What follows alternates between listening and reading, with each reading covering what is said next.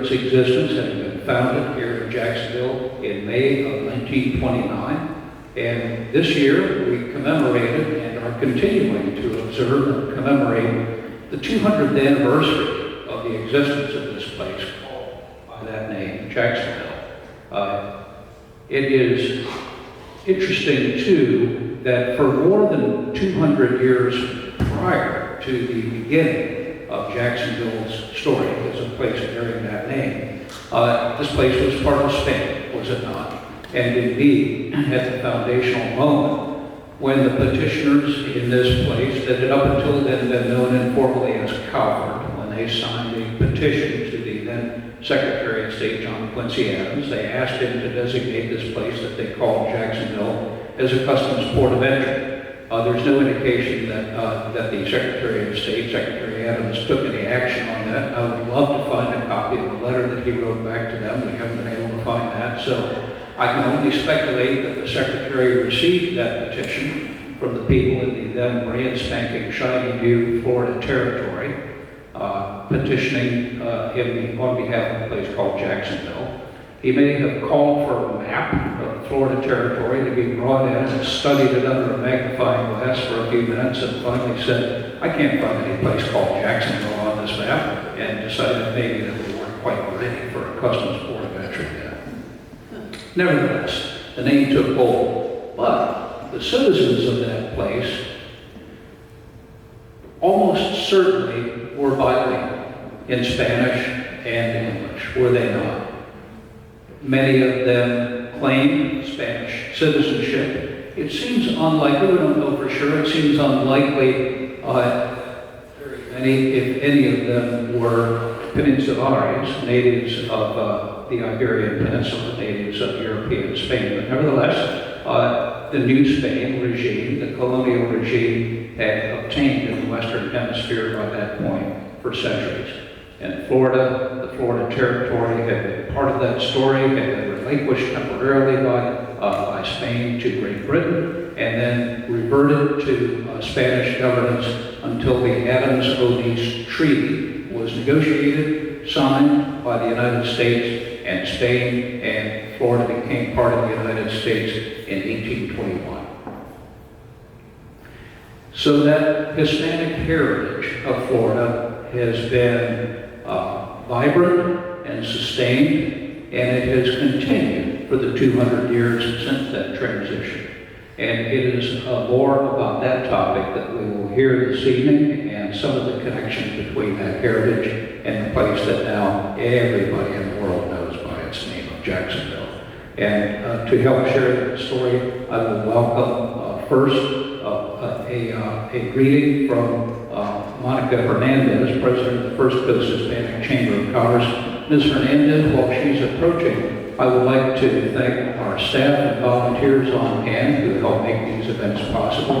On our staff with us this evening are Kate Halleck, Chief of Staff, Twyla Rosenwinkel, our Office Administrator, Georgia Pradanik, Librarian. Is Emily Cottrell here with us this evening? All right, our archivist is not with us, but among the volunteers present and helping, for which we're so grateful, are Jim Paula, Kip and Leslie Case, Lillian Seltenreich, and Hayden Keller. Thanks so much to them.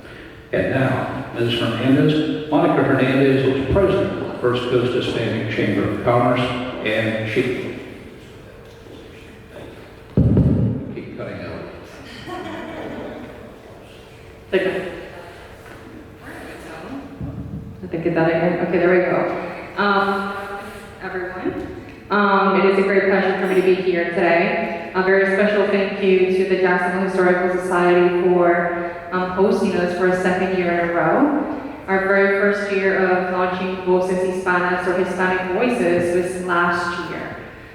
Now, for me personally, when I first connected with Dr. Karimi, where did she go? I don't see her. Oh, there you are. Oh, Jesus. I personally just fell in love with this initiative. Originally, I'm from Colombia. I have... Can you guys hear me? Okay. Yes.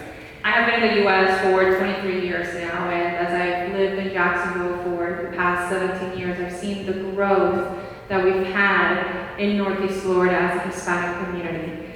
And, one of the reasons why I'm so passionate about it is because, again, when I first moved here, I didn't really have that many, that much representation with my colleagues, with my friends, and that's so important. So to being able to moralize those stories of the impact and the contributions that the Hispanic community continues to do in Northeast Florida, it's imperative, right? It's important to be able to recognize, highlight those accomplishments.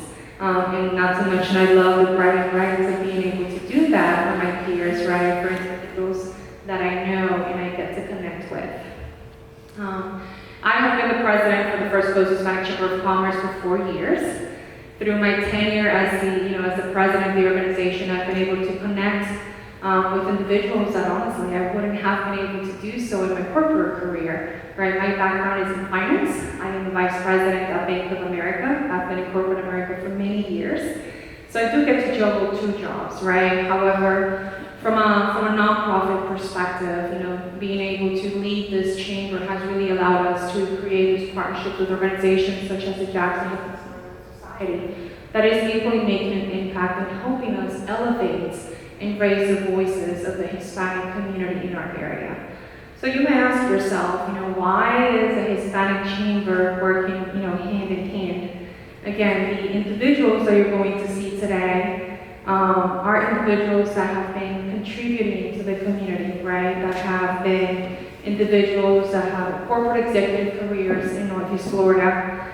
You're going to meet, someone who's very special to me, Clark Vargas, who is one of the founders for the First Coast Hispanic Chamber of Commerce 30 years ago, right? Until today, he continues to stay engaged. And for me personally, it's important to continue to maintain that engagement because I tell him jokingly, this is your puppy, right? This is your baby that you pretty much created and you had that vision 30 years ago and he was probably one in the whole town, right? So again, for us, this initiative really is only helping us continue to drive the purpose of elevating the Hispanic community, elevating the Hispanic leaders, Hispanic business owners that contribute to our economy, right? If the Hispanic community is successful, so is the community at large. So together we can do more. As an organization, we have, this is our 2nd year, let's celebrate who we are, right? We are culture, we are professionals, we are students, we're part of history, and all of the events that we've hosted throughout Hispanic Heritage Month are targeted and focused in those different pillars. And not only that, but we also have a scholarship fund where we are more so donating scholarships to Hispanic students. So again, I think the Voces, Hispanos, it's encompassing all of that into one. So today you guys are in for a treat to be able to get to know some of, most of these people, I know them personally. I'm privileged to be able to give them a call, to be able to say, hey, give me your feedback, right? Because I can't do this alone. It is, we do this as a team of volunteers who ultimately are driving this, just like Dr. Karimi is doing, what she's doing so passionately. So again, just want to say thank you to the Jacksonville Historical Society.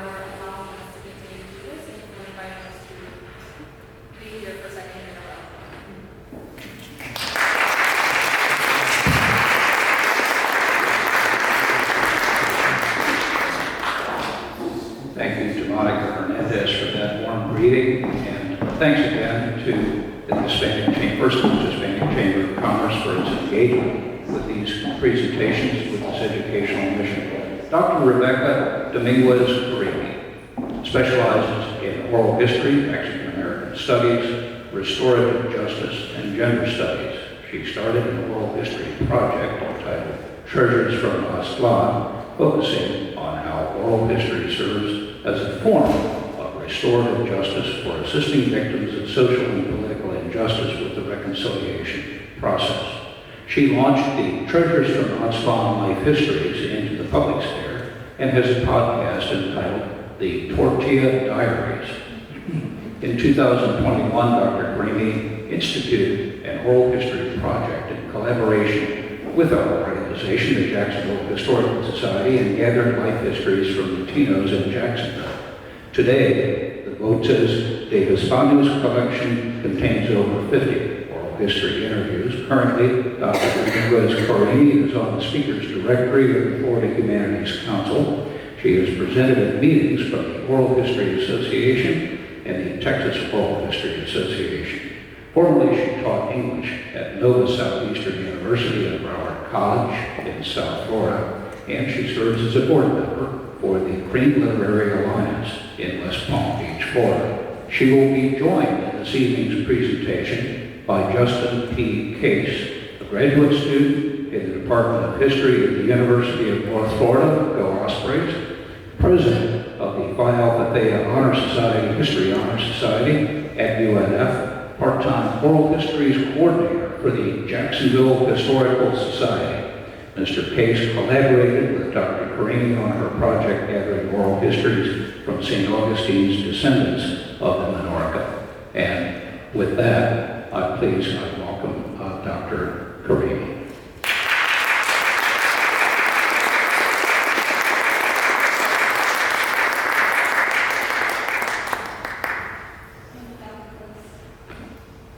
Thank you. I can handle the mic tonight. If you'll give me a few seconds, I have to put on my glasses so I can see. I can see all of you. Oh, now I can see all of you. Beautiful audience tonight. Well, as you remember, I spoke here last year, and being Mexican and Mexican American, to always start off with the grito. But tonight, is there a Minorcan grito of any kind, Justin? Well, what I'd like to do is to at least have everyone greet one another and get to know one another because we're all familia.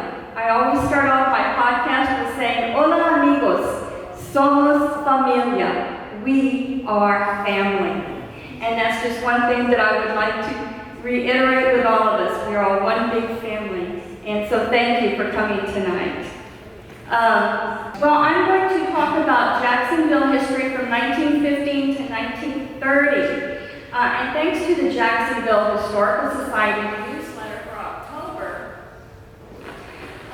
and to Emily Cottrell, the archivist, she was able to unearth some information on Cristina Seda Carls and Emilio.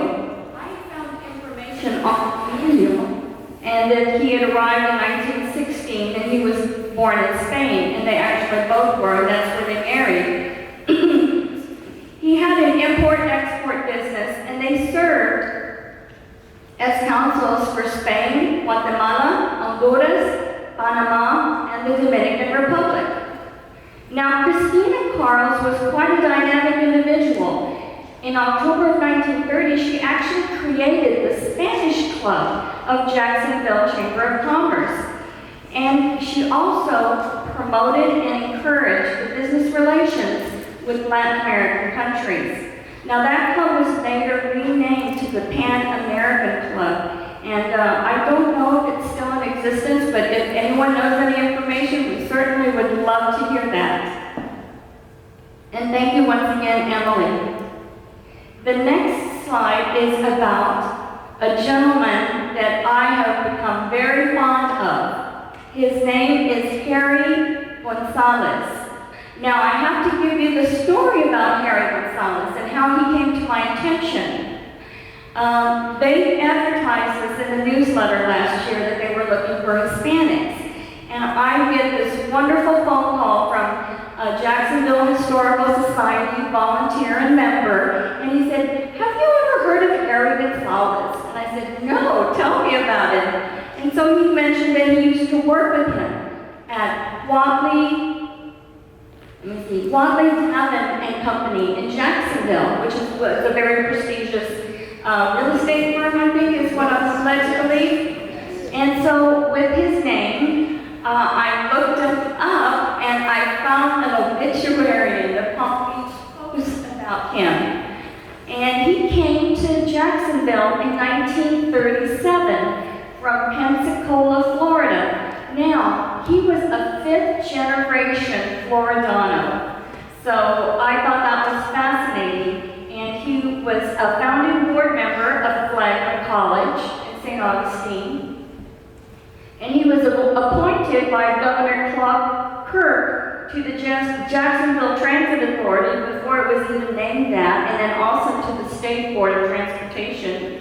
And then he was also president of the United Way Jacks.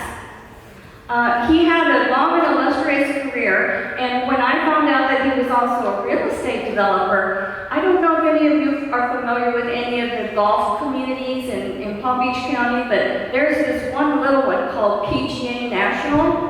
Well, he developed that, so he really kind of struck a chord with me, and I felt like I had a lot in common with him. He passed in, let me see, in the 1980s, I think. No, I'm sorry. He passed in 2009, and he moved to South Florida in 1965 when he retired. So thank you to one of the members of the Jacksonville Historical for that little tidbit. Now the next slide. In the 1950s, the Cubans started coming back because of the political unrest that was happening in Cuba. And of course, between Batista and Castro. So in 1961, a gentleman by the name of Bobby Maduro, who was known as the father of Cuban baseball, arrived here in Jacksonville. In fact, he actually was able to escape from the Bay of Pigs invasion the day before. He was born in 1916 in Havana, Cuba. He was wealthy. He was a wealthy part of the Levy Maduro family. In fact, he began his career in baseball in the 1940s, and he paid $2 million to help build the Estadio Latinoamericano there in Cuba. And he also owned several baseball teams. Well, because he did own a baseball team, in 1961, he brought that baseball team to Jacksonville. And they were called, in Cuba, they were called the Havana Sugar Kings. But he was moving to Jacksonville. They went from the Sugar Kings to the Jacksonville Suns. So, next slide. And now the Jumbo Shrimp. Now, you'll have to excuse me, I don't know what YouTube did, but this is his granddaughter, Cristina Maduro, and she is going to talk a little bit about her grandfather, Bobby Maduro.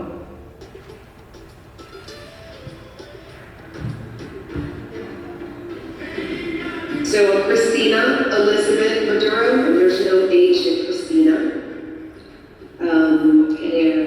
My age is 54.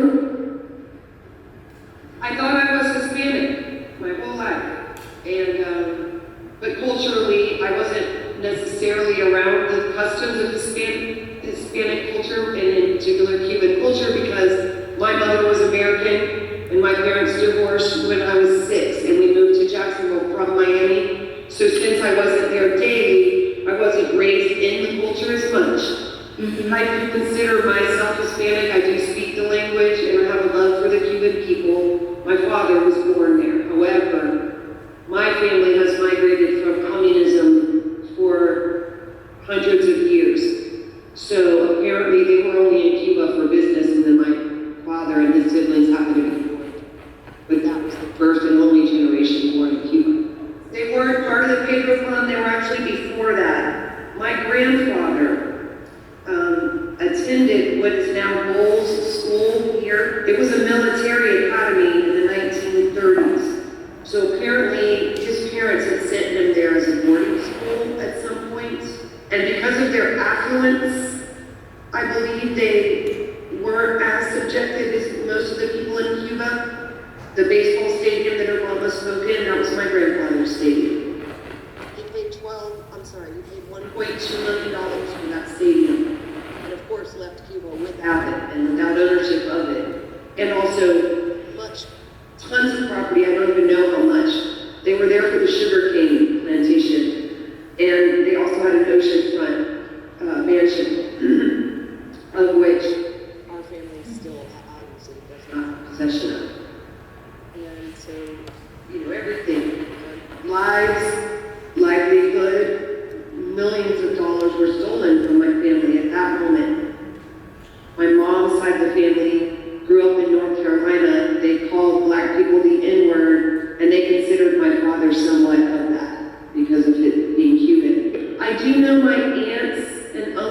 moved to Miami from Cuba. They were all teenagers, like around 18, 17. I have photographs and video of them. I do have that.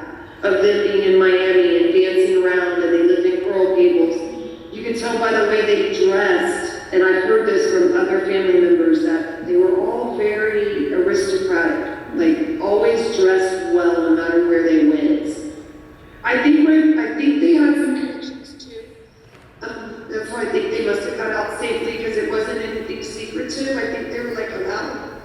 And but the story was like that my grandfather like barely got out the day for the bandages. And I don't know how he got out. Nobody really can tell me. And he was such a nice man. I never ate real food, honestly. And the only time I did was when I got to travel with my grandfather, who I thought was rich and awesome, you know. And he really wasn't, but he knew how to present himself. But that's what I'm telling you. I love that we got to stop at these, they used to have cafeterias at the rest stops. And you would get like a tray, and you would go down. Almost every restaurant, I just remember they had it. It was fun. You'd go to the restaurant, and you'd pick your tray, you could pick things, you know. And in the past, we didn't go to restaurants when I was little at all, and only with my grandfather. My grandfather was my thing. He was my everything. And his wife, who they hated, after my grandmother died, he married a woman named Laura Jackson. And they hated her, they called her a whore. Because she was basically my grandfather's mistress their whole life, even in Cuba. And my cousins said that they were investigating Cuba, that it had opened up, that if they hired a lawyer, they could get our property back, and they could get the stadium back. And they wanted that, and they wanted my grandfather to be in the Baseball Hall of Fame, and all these things.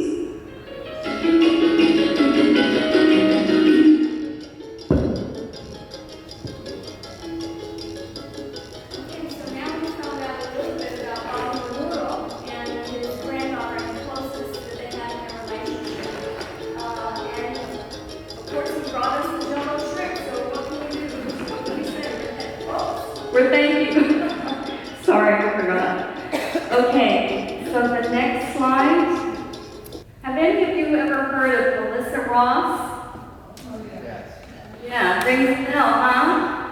Well, she called me up and wanted to interview me. And I said, oh yeah, sure. So she entered the interview probably about 2 weeks later whenever I launched the Voces project again. This must have been in June or July, I think. And this next individual, Dr. Miriam Dixon, is an avid listener to Melissa Ross's radio program. She heard the interview. She scribbled down my name on a piece of paper while she's driving. And she called the station.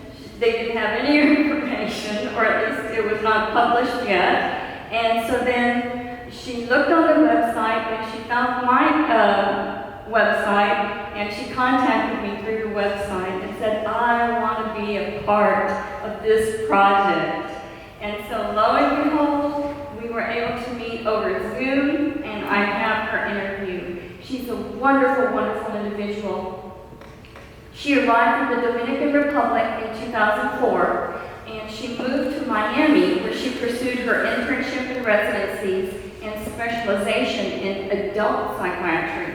However, she didn't stop there. She wanted to subspecialize in child and adolescent psychology.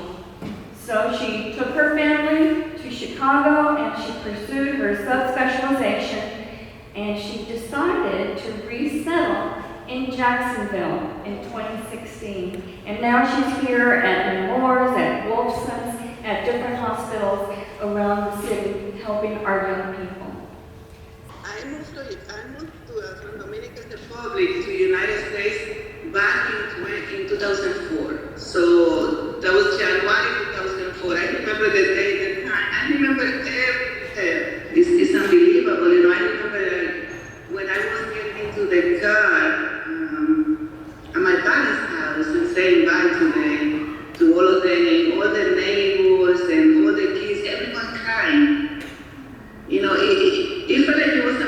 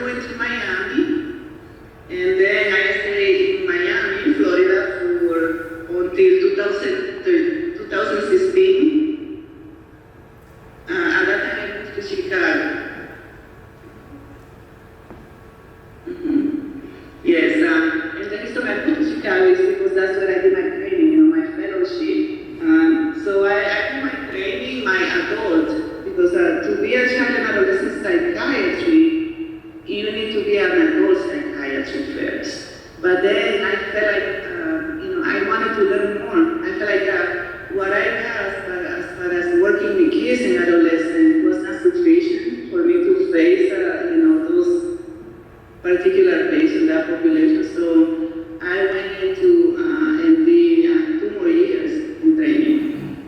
And that's when I moved to Chicago. So I went to the University of Illinois, located at Chicago, just right in the center in downtown. So that was a completely different, unique, and amazing experience. But we talk about what was best as a family for the kids, and that's why we ended up moving to Jacksonville. So since we moved from Miami to Chicago, we never got back to Miami, to live, like to be established. We moved from Chicago to Jacksonville because, we came to the city. I reviewed the whole education, private school, public school. We reviewed the neighborhood even before coming for interview, and then looking for what would be the best setting for me to work. So I had the opportunity to pick what was best for us as a family, and I ended up moving here. I ended up moving to Ponte Vedra. I'm not like in Jacksonville, I'm in St. John County because I wanted my kids to experience the public school system. Like living in a family setting and being able to raise my kids and do the job that I love. So now you know why people move to Jacksonville, because it's beautiful here, the schools are wonderful, family life. Now I'm going to hand the presentation over to Justin Case and let him go through, and thank you.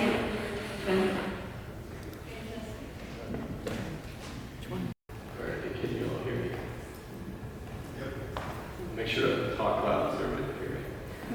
Thank you, Dr. Karimi. Thank you, the Jacksonville Historical Society, for giving me the opportunity to talk tonight. It's the first time I've ever talked in front of a group like this, so I'm, as a student of history, I'm excited to be here, and I'm excited to, show something that I feel like is not very well known, as I've learned throughout my research with this. I just want to thank the St. Augustine Historical Society and Robert in the back over there for helping me get some pictures. So the pictures you'll see here were from the St. Augustine Historical Society. So I'm very indebted to them and to him for helping. So we can go, let me try the clicker. See if it works.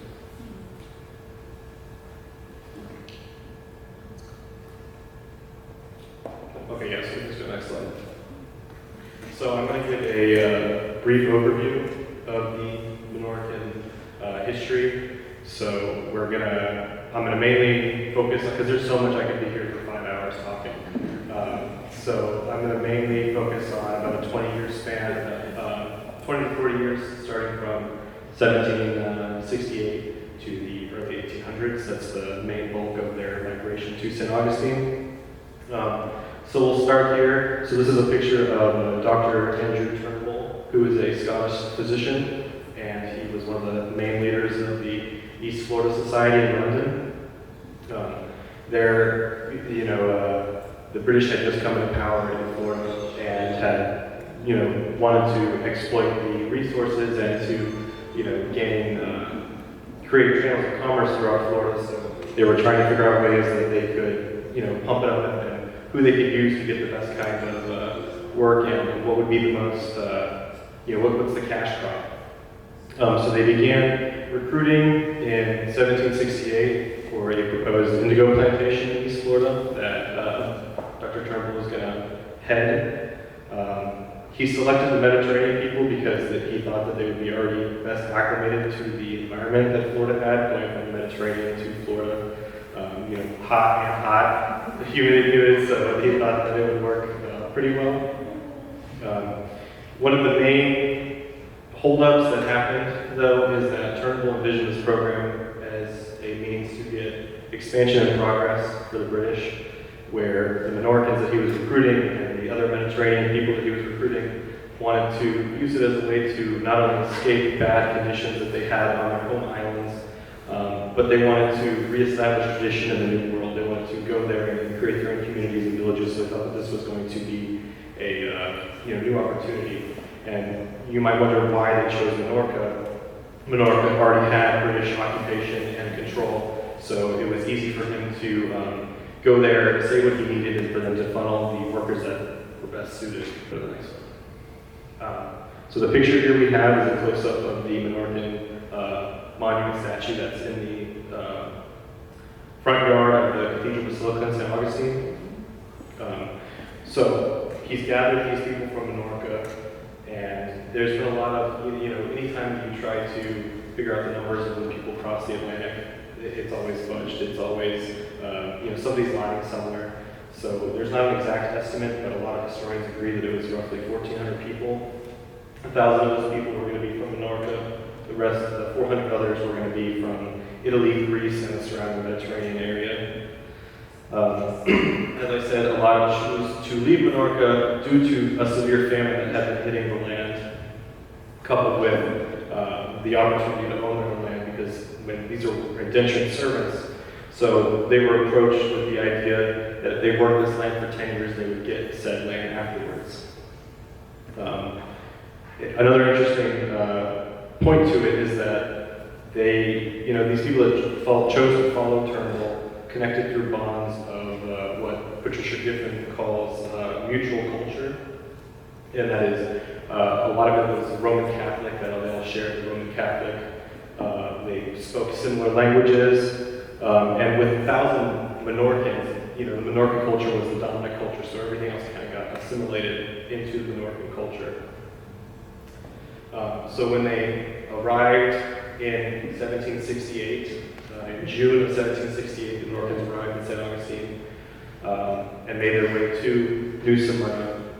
When they arrived there, this is 1,000 new people into an environment that didn't have the capacity to hold it, basically. So these new 1,000 people, they changed the environment, they changed society, they changed all these kind of cultural norms that were already present because it was such a huge, they were basically doubling the population with this one vote.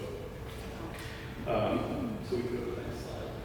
So this is just an overview of the plantation itself. So historians have split the colonist time in New Smyrna into 3 periods. So the first is the 1768 to 1770 initial hardships. This is where a lot of the people that they had brought here died. This is where they realized what worked and what didn't work, and they faced a lot of hardships because Florida weather changes every year. So that was they would try to predict the weather, but every year something would happen. There'd be storms. 1771 to 1774 was a relative success for the indigo plantation. There's no real reason why it was successful. It kind of was just all the pieces fit in place. They tried to hone in on what was success, but they couldn't figure out exactly what they did right, because right after that, they enjoyed 3 years of relative success, but then in the last 2 years, ending in 1777 is when the plantation actually collapsed.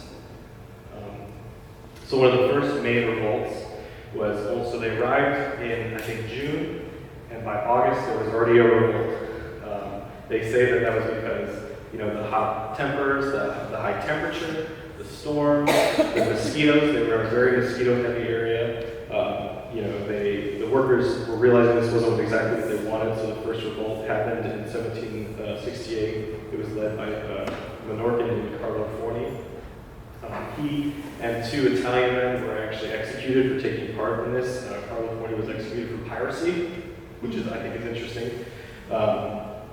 But Turnbull says that he does this because he wanted to send a message, and he wanted to show, what would happen if they went against him. By the end of the initial year, so we got here in June, by the end of that initial year, 450 people had already died. That's from inadequate housing and clothing, starvation, and disease of all kinds. So, like I said, one of the main issues with it was that the idea of what they were going into is different from what was promised.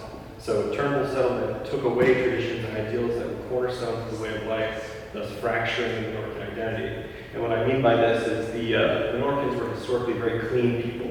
So they were taken from these well-kept houses in Minorca, put New Smyrna in dirt shacks. People were living on the floor.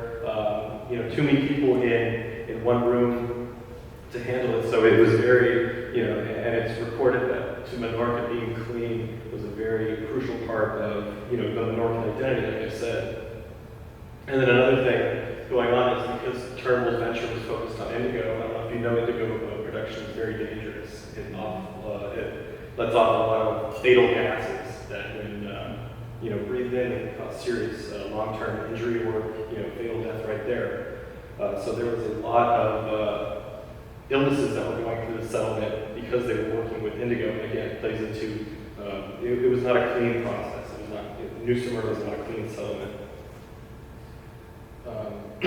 Another is that the settlement itself was divided into 3 classes of workers. You had the field workers, you had the overseers of the workers, and then you had the house servants. And multiple times it's seen that Turnbull would just kind of skim over that and send everybody to the fields if they needed to. If the indigo production was being cut short, he doesn't care if you were a house servant or that wasn't what you did. You went there and you worked on those fields. So this really just showed the idea that all they were focused on was production, and he wasn't trying to create a community for these Menorcans to settle in. He was just trying to get as much money as possible. Food is a large part of the Menorcan identity as well. In New Smyrna, they had food scarcity because Turnbull would actually ration more than he needed to, so it was very unlikely. New Smyrna had a lot of deer and fishing properties, and he wouldn't let the Menorcans go on there and get any food from it, so he would ration himself, and anybody that went against those orders would be punished. But this is where, the Menorcans, like I said, have a very strong heritage with food itself.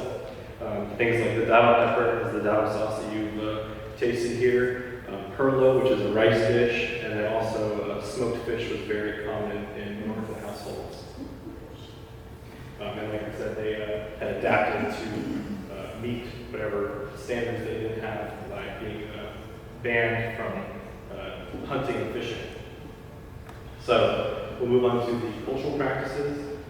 So the dominant religion, like I said, of the Menorcans and the Italians that were recruited by Turnbull is the Roman Catholic.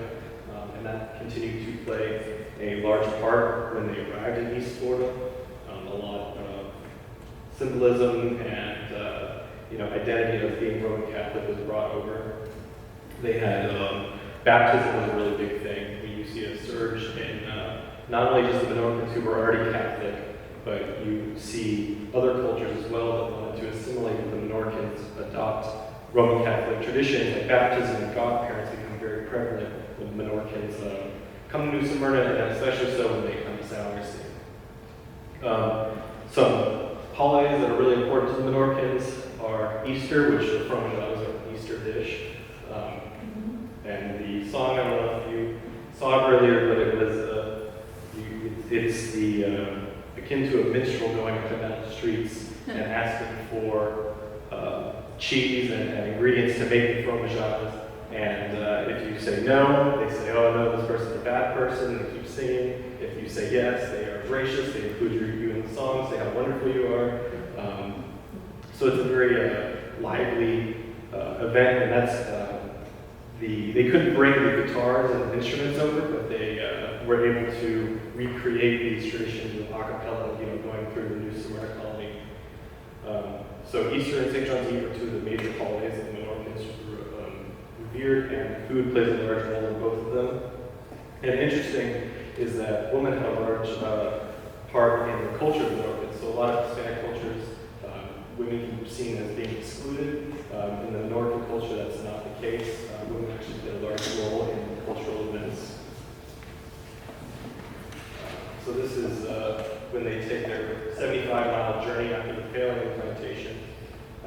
The picture to the right is again from the St. Augustine Historical Society, is a dwelling of the Menorcan home. So Turnbull had originally been friends with the governor, Florida Governor Grant.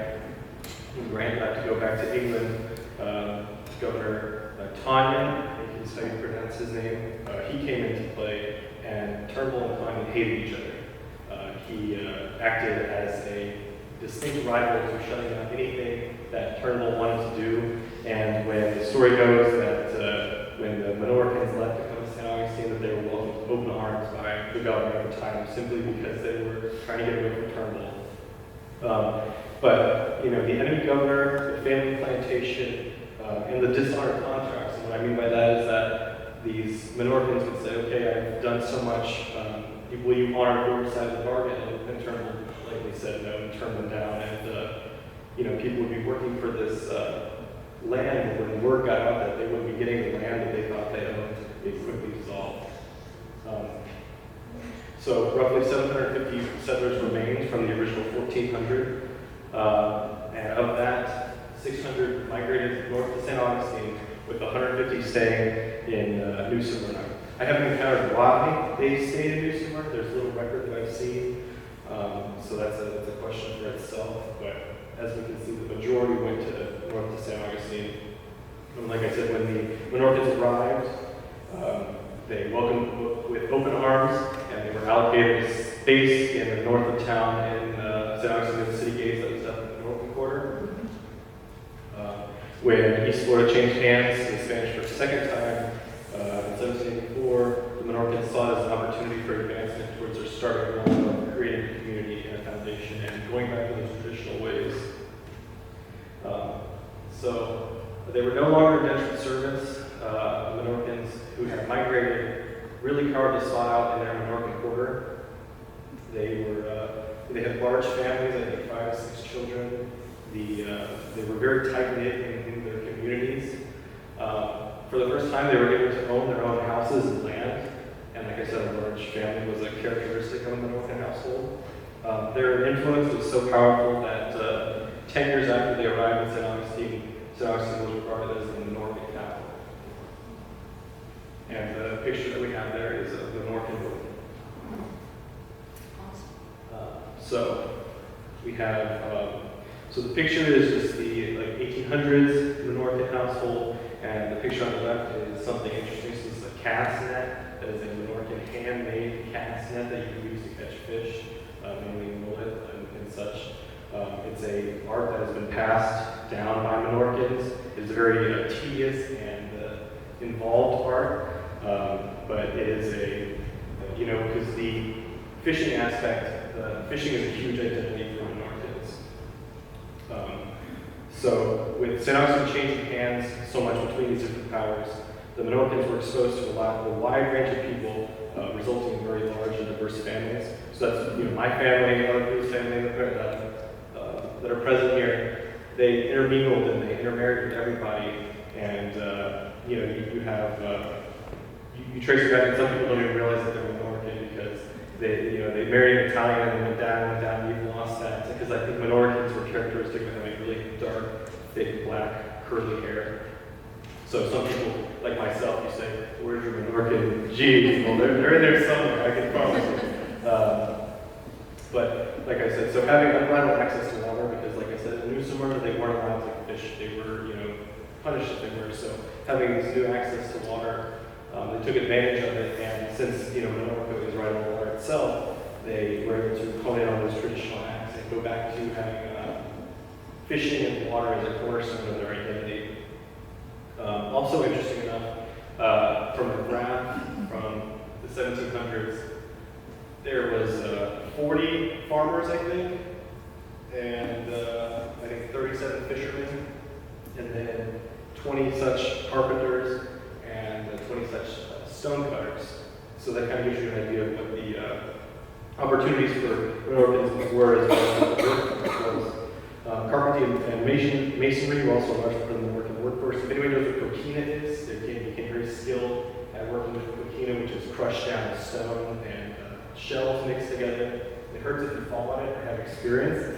But it's a very, you go to St. Augustine and see sculptures of coquina that are marvels themselves. So it's very interesting that they not only were good at masonry, but they have a distinct form of masonry. So heading into the 1800s, the Menorcan population of St. Augustine held on to their roots as the environment around them changed once again. And I mean, in this as, they went through the Spanish, they went through the British, they went through the Spanish again, now they're Americans. So they've, they have stood their ground in St. Augustine. So the last part I want to touch on briefly is the idea of legacy and lineages. In St. Augustine, the fervor of being Menorcan is so high you can feel it walking down the street. But the sad part about that is 20 miles out, it loses intensity completely. So that's kind of why we're here today, to really demonstrate, how bright the flame of passion of the Menorcans burn. So by providing themselves as adaptive and resourceful countless times, the Menorcans were able to carve out their own community in East Florida, one that has obviously stood the test of time.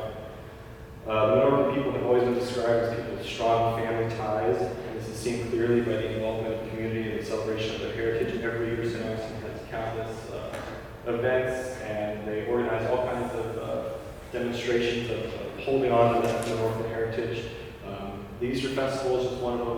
Menorcan Day, the Menorcan Cultural Council, all these people work really hard to continue these channels of really strong family ties, because that has been a paramount part of the Menorcan identity. The Uzinas, the Pellicieres, the Genevars, the Masters, all kinds of names continuously come through the records, and that still have family members that are alive today that have those records going all the way back.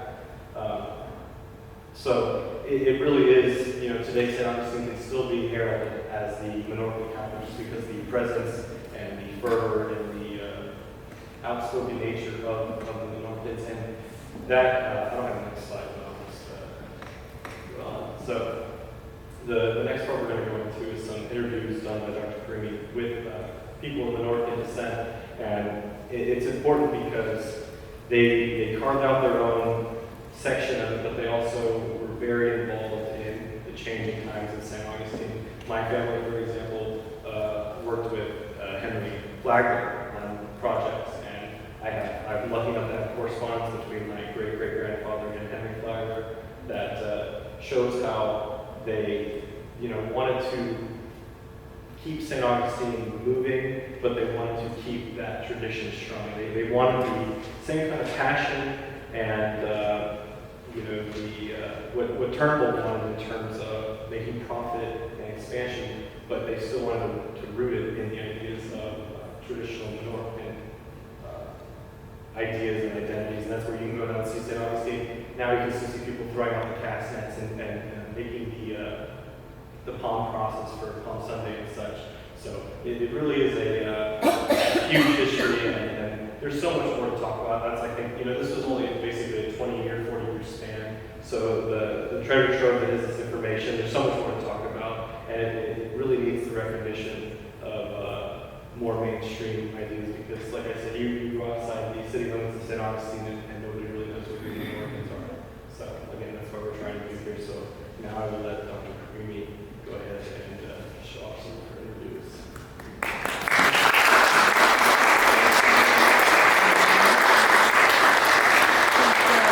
You answer questions? Yes. What percentage of St. Augustine is Menorcan? Or, identifies as? I would say the people that know they're Menorcan are probably 20%, but the people that are actually Menorcan are probably closer to 40%, I would say. 20%. So yeah, because a little off topic, but growing up, I would go to high school with these people who have these names that you see constantly, like Lucina, Masters, Pellicieres, those kind of things. And you would talk to them and you'd say, "Oh, do you know your heritage?" And they would, "Oh, they're not." And so that's a very interesting thing. Yeah, what is indigo? Indigo is the dye, yes. And so what's dangerous about it? So when in the process of it, I think you have to mix certain chemicals with it, and then let's say fatal gas that is part of So it's a plant? Yeah. Yeah, and you would have to, Oil it's something like that, yes. I think that human urine is used in that part of it as well for the, I'm not sure where they use it, but I know that's where it's. But that's another thing is where that plays into non-cleanliness. Yeah, my question is why Menorcans came to Smyrna?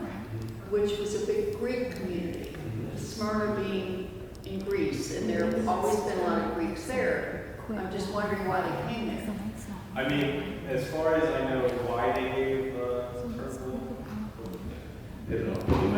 I mean, as far as why they gave Turnbull the area of Smyrna, I'm not 100% sure. I know that it was chosen because they thought that it would be the best place to grow, that it was most like Menorca, that it would be the best place to grow Yeah. tropical plants and stuff. Yes, that makes sense. Okay. Yeah, well, indigo was successfully grown and processed in Kingsley Plantation here in Jacksonville. So, And I think that inhabited by African slaves. And I think that where the turmoil really came is the contracts were, because in the records that I've seen, it was almost like a wildfire where once it got out that they were not going to honor those land contracts. The Minoans turned on it very quickly because they had this, working this land hoping to get at the end of it to be, why would I work this land if it was going to be done?